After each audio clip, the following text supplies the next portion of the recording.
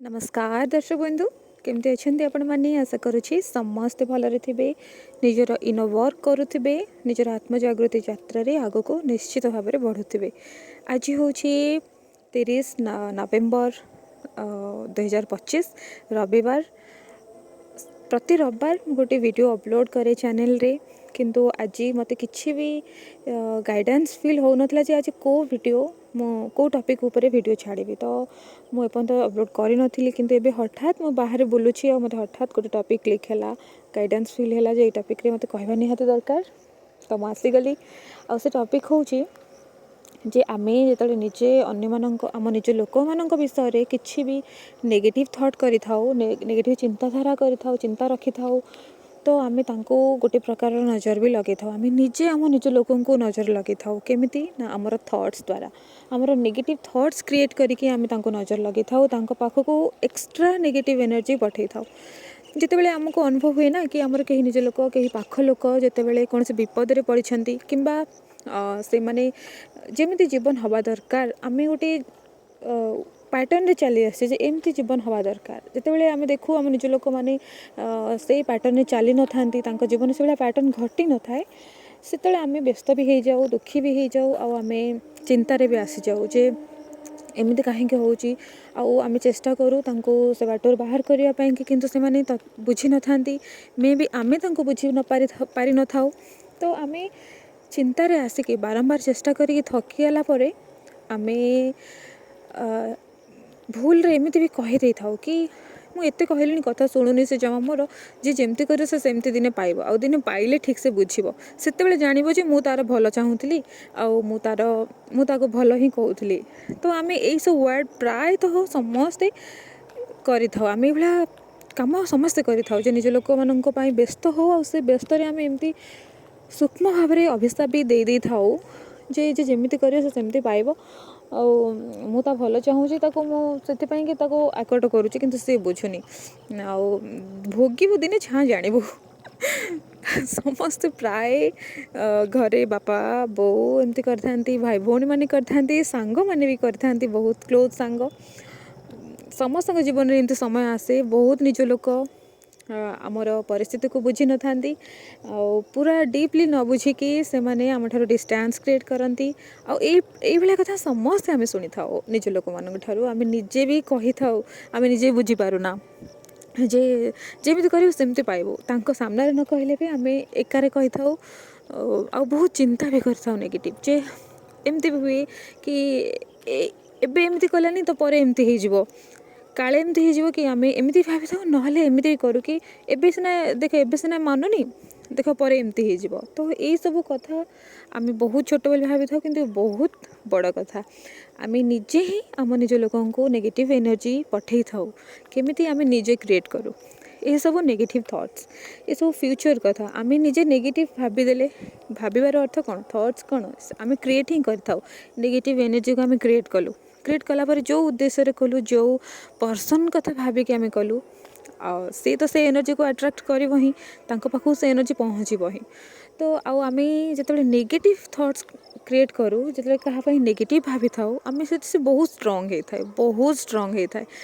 आपन भल से डीपली भावे जे आप कौन नेगेटिव थॉट्स करती ना से बहुत स्ट्रंग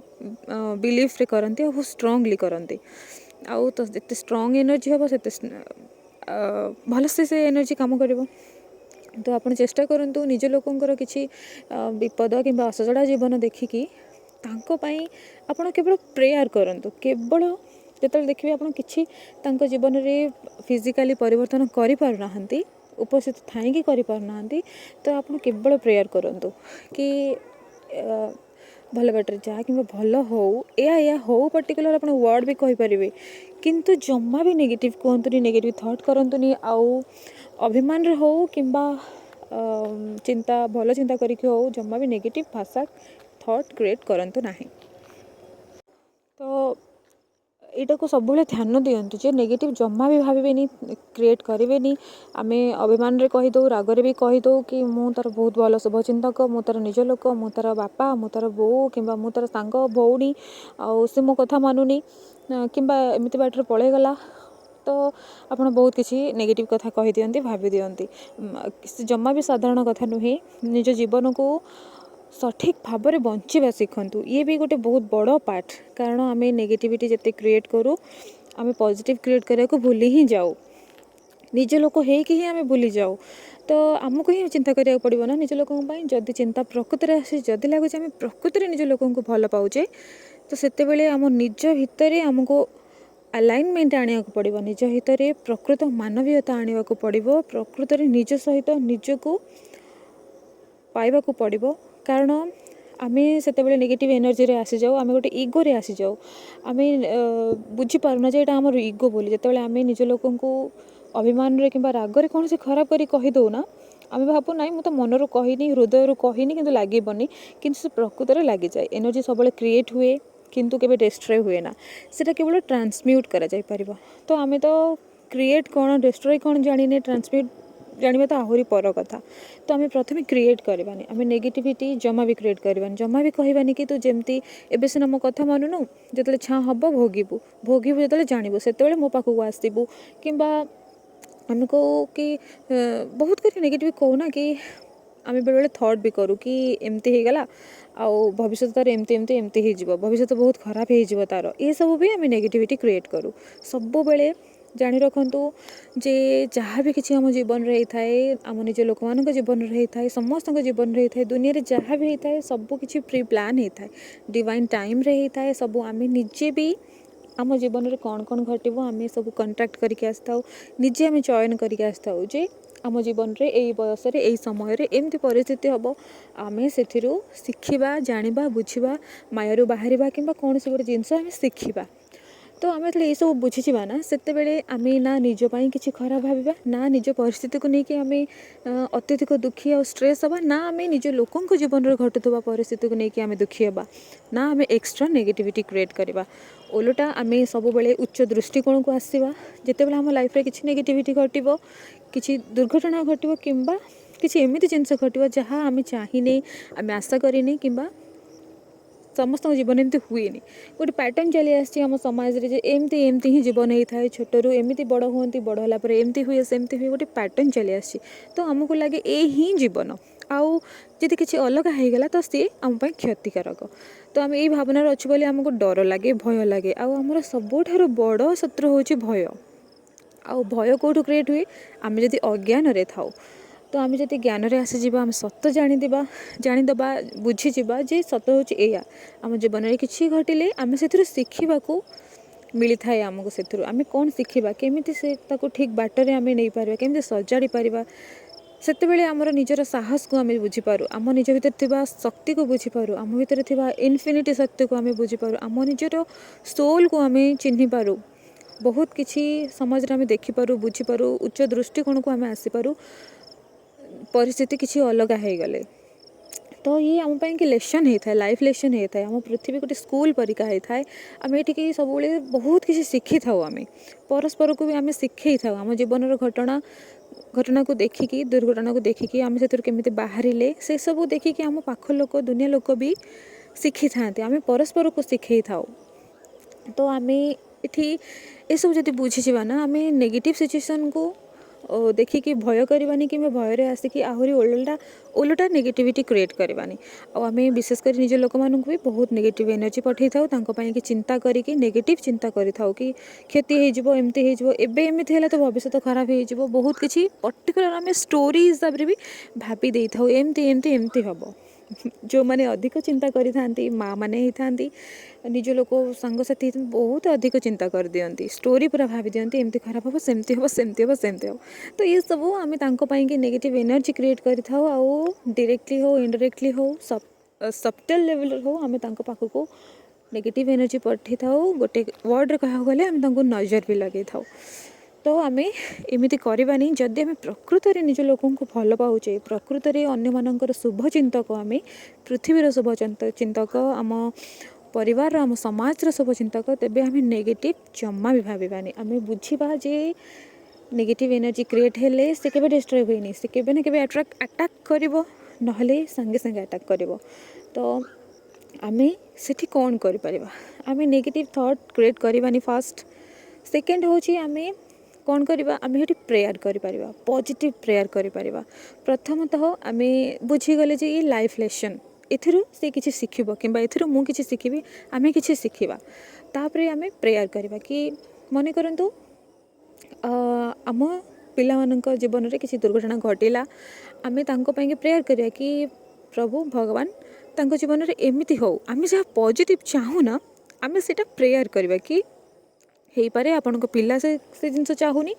किंतु आपण चाहूँगी तो आपण पिला दोष न देकी दंड न देकी अभिशाप न देकी नेगेटिव थॉट न करी आपण प्रेयर करंतु भगवान को प्रार्थना करंतु कि भगवान मो पिला जीवन में या चाहे आपण को विश्वास रखंतु आपण निज तरफ जहाँ चाहते से प्रार्थना करंतु देखिए बहुत भल प्रभाव पड़ो किंतु जमा भी नेगेटिव थॉट करंतुनी कहतुनी ध्यान देबे आमे रागी जाइकी अभिमान करिकी बहुत कथा कहीदे अभिशाप भी देदे आउ पर भावु कि नाई मु तो तार शुभचिंतक मुझे कि खराब चाहेनी तो आम भावुचे ये सब जिनस किसी प्रभाव पड़ोनी किंतु प्रभाव बहुत भल से पड़ो कहीं आम पाखे सब जिते सब निज लोक था सहित आमर गोटे एनर्जेटिक कॉर्ड कनेक्शन थाए एनर्जेटिक कॉर्ड कनेक्शन वीडियो विषय में अपलोड करी देखने जे आम सहित कनेक्ट होता आम एनर्जी सहित कनेक्ट होता है एनर्जी आम सहित कनेक्ट होता है कहते एनर्जेटिक कॉर्ड कनेक्शन आउ से कनेक्शन द्वारा आम परस्पर को एनर्जी पठे था आउ रिसीव भी करि तो आम जिते सहित आम कनेक्शन अच्छी आम से आम पिला होता आम सांगसाथी होता जी भी होता आम सहित एनर्जेटिकली बहुत स्ट्रांगली कनेक्ट होचे तो जीवन में क्षति हेले कि आम जब किसी खराब भाविले